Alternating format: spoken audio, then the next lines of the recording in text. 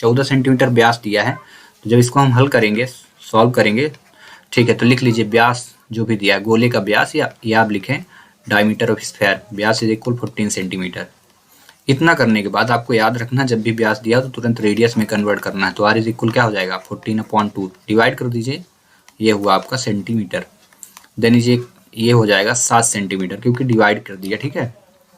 Then इसके बाद अगले स्टेप में आप क्या करेंगे, यार की वैल्यू आ गई है, बोला है गोले का आयतन निकालना है, तो आप यहाँ पे लिखिए गोले का आयतन का फार्मूला, ठीक है, वॉल्यूम ऑफ स्फीयर, गोले का आयतन।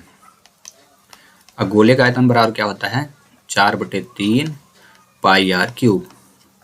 देन अगले स्टेप में आप पुट कर दो वैल्यू, तो यहाँ पे देखो 4/3 आप प्यार से लिख देना, पाई की वैल्यू 22/7 रख देना, ये हमेशा याद रखना। रही बात r की, तो r देखो कितना है 7, तो 7 को लिखिए पावर 3।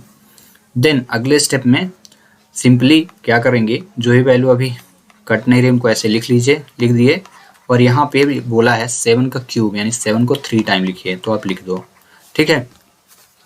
अगले स्टेप में आप क्या करोगे, यहाँ जितनी वैल्यू डिवाइड हो रही हैं उनको क्या कर दोगे, आप डिवाइड करोगे। और किस प्रकार से, देखो 7 से 7 डिवाइड हो गया, बाकी डिवाइड हो नहीं रहा, तो जितनी वैल्यू बचेंगी उनको क्या करोगे, इंटू करोगे। तो क्या क्या लिखा, 4 × 22, ठीक है 4 × 22, और इंटू क्या लिखा, 7 × 7, ये लिखा ना, देखिए ये वैल्यू ऊपर न्यूमरेटर की हो गई, और डेनोमिनेटर में देखो तो ये आ गया आपका, ठीक है।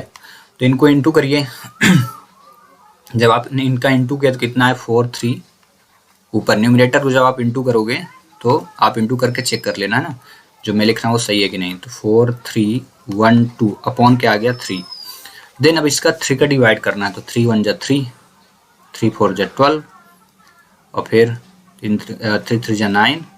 यहाँ पे आप ऐसे कर लेना तो इजी से हो जाएगा, देखना ना, ये 3 1 जा 3 आया 1, फिर 3 4 जा 12, ऐसे 1 आया 11 हुआ, तो 3 3 जा 9 हुआ, 2 आ गया, तो 3 7 जा 21, ठीक है, ये आ गया। अब 21 के बाद ये बच गया, तो 1 4 3 7 आया, 1 4 3 7, और जो ये रिमाइंडर बचा है तो इसको 1 लिख के, और जिससे आपने भाग कर किया था, डिवाइड किया था, 3 लिख देना है।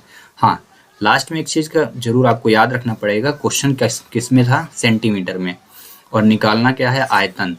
तो आपको सेंटीमीटर लिखने के बाद आपको पहले प्यार से लिखना सेंटीमीटर, उसके ऊपर 3 लगाना है, ठीक है। क्यों, क्योंकि 3 टाइम आयतन का जो यूनिट होती है 3 बार यूनिट का इंटू होता है, 3 बार। देखो यहाँ पे देखो पावर 3 है ना, तो 7 का जब 3 टाइम मल्टी हुआ 1 2 3 तो सेंटीमीटर क्यूब हो जाता है, ठीक है। और इस प्रकार से क्वेश्चन हो जाएगा सॉल्व।